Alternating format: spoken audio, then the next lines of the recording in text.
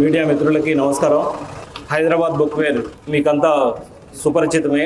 గత 36 సంవత్సరాలుగా నడుస్తుంది. ఇది 37వ సంవత్సరం, 37వ బుక్ ఫేర్. ఈ బుక్ ఫేరు గత 36 సంవత్సరాల కంటే భిన్నంగా చేయాలని చెప్పేసి మా కమిటీ గత 3 నెలలుగా చాలా శ్రమ పడుతూ కొత్తదనం తీసుకురావాలనే ఉద్దేశంతో రకరకాలుగా ప్రతి దాంట్లో కొత్తదనాన్ని మనం చూపించాలి. పాఠకులకు, వచ్చే సందర్శకులకు అందరికీ ఒక ఆహ్లాదకరమైన వాతావరణం, అట్లాగే పుస్తకాలు అమ్మే వాళ్ళకి మంచి బిజినెస్ అయ్యే విధంగా ఈ ఏర్పాట్లని గత 3 నెలలుగా చేస్తూ వస్తున్నాం. చివరి దశలో ఉన్నాం. రేపు సాయంత్రం ప్రారంభ సెషన్ ఉంటుంది. ఈ సెషన్కి ముఖ్యమంత్రి గారు నుండి మనకి ఇంకా సమాచారం రాలేదు. ప్రయత్నాలు మాత్రం జరుగుతూ ఉన్నాయి. అలాగే జూపల్లి కృష్ణారావు గారు కానీ, పొన్నం ప్రభాకర్ గారు కానీ ఇద్దరు మనకు రేపు సాయంత్రం అటెండ్ అవుతారు. ముఖ్యమంత్రి గారు కూడా ఒక ఫైనల్ అయితే అతను ముఖ్యమంత్రి గారు కూడా వచ్చే అవకాశం ఉంది. ఈ బుక్ ఫేర్కు సంబంధించి ఇప్పటి వరకు మొత్తం 350 స్టాల్స్తో ముందుకు పోతున్నాం. ఈ 350లో 171 స్టాళ్ళు తెలుగు స్టాల్స్ ఏర్పాటు చేస్తున్నాం. 135 స్టాళ్ళు ఇంగ్లీష్ స్టాల్స్ ఉన్నాయి. అట్లాగే గవర్నమెంట్ స్టాల్స్ 17 ఉన్నాయి.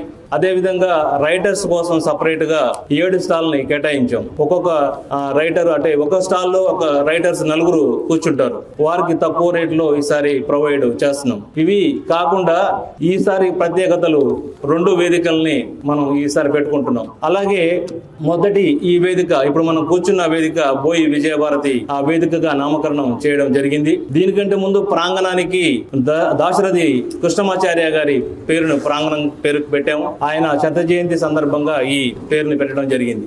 అట్లాగే 2వ వేదికకి తోపుడిబండి సాదిక్ గారు ఒక 2 నెలల క్రితం చనిపోయారు. ఆయన ఎంతో సేవలు చేశారు. రచయిత, అలాగే చాలా పుస్తకాలని బండి మీద తీసుకెళ్లి అమ్మి ఒక మంచి సొసైటీని నిర్మించాలనే కాన్సెప్ట్తో చేశారు. ఆయన పేరు దానికి పెట్టడం జరుగుతుంది. ఇదే కాకుండా ఈసారి ఎప్పుడు లేని విధంగా హెల్త్ సెంటర్ ఒకటి ప్రొవైడ్ చేస్తున్నాం. పెద్దవాళ్ళు కానీ, లేకపోతే ఎవరైనా ఇట్లే కింద పడిపోయినా, లేకపోతే చిన్న ఇంజురీస్ అయినా సరే వాళ్ళకి ఇమ్మీడియట్గా ఫస్ట్ ఎయిడ్ సెంటర్ని పెట్టడం. అట్లాగే పెద్దవాళ్ళు, నడవలేని వాళ్ళు, పుస్తకాల మీద ఆసక్తి ఉన్న వాళ్ళు మన ప్రాంగణానికి వస్తారు. వాళ్ళ కోసం 2 వీల్ చైర్లను కూడా ఈసారి ఏర్పాటు చేస్తున్నాం. ఇవే కాకుండా మనకు గతంలో చాలా సందర్భాల్లో వాష్రూమ్స్ సంబంధించి చర్చ జరిగేది. కొంతమంది రాస్తుండేవాళ్ళు. ఈసారి వాష్రూమ్స్ చాలా ఎక్కువ మొత్తంలో పెడుతున్నాం. ఈ వాష్రూమ్సే కాకుండా మొబైల్ టాయిలెట్స్ అతిథులకు, అంటే మాకు ఎవరైతే బుక్ ఫేర్కి వస్తున్నారో ముఖ్య అతిథులకు మొబైల్ టాయిలెట్ ఉంటుంది. అట్లాగే సందర్శకులకు కూడా ఒక మొబైల్ టాయిలెట్ని ఏర్పాటు చేస్తున్నాం. ఇది మనం కొత్తగా ఈ సంవత్సరం పెడుతున్నాం. అన్నిటికంటే ముఖ్యంగా ఇప్పుడు మీరు చూస్తున్నారు ఇక్కడ వర్క్, ఈ కాంట్రాక్టర్ని గత 10 సంవత్సరాలుగా చేస్తున్న కాంట్రాక్టరు మనం మార్చడం జరిగింది. అంటే ఇతను చాలా పెద్ద కాంట్రాక్టరు, పెద్ద వర్క్స్ చేస్తుంటారు. ఇతను కూడా మాతో పాటు భాగస్వామ్యం అయ్యి మేము తక్కువలో మీకు చేస్తాము, బాగా క్వాలిటీ తీసుకొస్తామని చెప్పారు. దానికి కూడా మంచి వన్నెది అవడానికి, లేకపోతే మంచి అలంకరణ చేయడానికి ఆ ప్రయత్నాలు జరుగుతున్నాయి. రేపు ఈ టైం వరకు మొత్తం అన్ని స్టాల్స్ పూర్తి అవడానికి అవకాశం ఉంది. పూర్తి చేస్తాము. అట్లాగే ప్రధానంగా చెప్పుకోవాల్సి వచ్చినప్పుడు భాషా సాంస్కృతిక శాఖ డైరెక్టర్ మామిడి హరికృష్ణ గారు ఉన్నారు. వారి సహకారం, వారి డిపార్ట్మెంట్ యొక్క కొలాబరేషన్తో మనకి ఇది ముందుకు పోతుంది.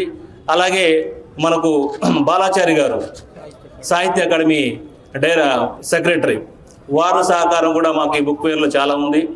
మేమందరం కలిసి ఈసారి బుక్ ఫేర్ని బాగా నిర్వహించడానికి ప్రయత్నాలు చివరి దశలో ఉన్నాయి, చేస్తున్నాం. రేపంతా అవుట్పుట్ వస్తుంది. మీరందరూ కూడా ప్రతిరోజు కవరేజ్, ఇది ఎలక్ట్రానిక్ మీడియా కానీ, ప్రింట్ మీడియా కానీ గతంలో చాలా కోఆపరేటివ్ చేశారు. చాలా వార్తలు సపరేట్ పేజీలో కొన్ని వార్తల్ని పెట్టేవారు. ఈసారి కూడా ఇంకంతకంటే ఎక్కువ స్పేస్ ఇచ్చి ఈ హైదరాబాద్ బుక్ ఫేర్కి ఎక్కువ మంది జనాల్ని మన బుక్ ఫేర్కి తీసుకొచ్చే విధంగా ప్రయత్నం చేయాలని చెప్పేసి ఈ సందర్భంగా మిమ్మల్ని అందరినీ కోరుతున్నాను. అట్లాగే రోజువారీ మీ కోఆర్డినేషన్కి ఇక్కడ మీడియా కోఆర్డినేటర్ ఉంటారు.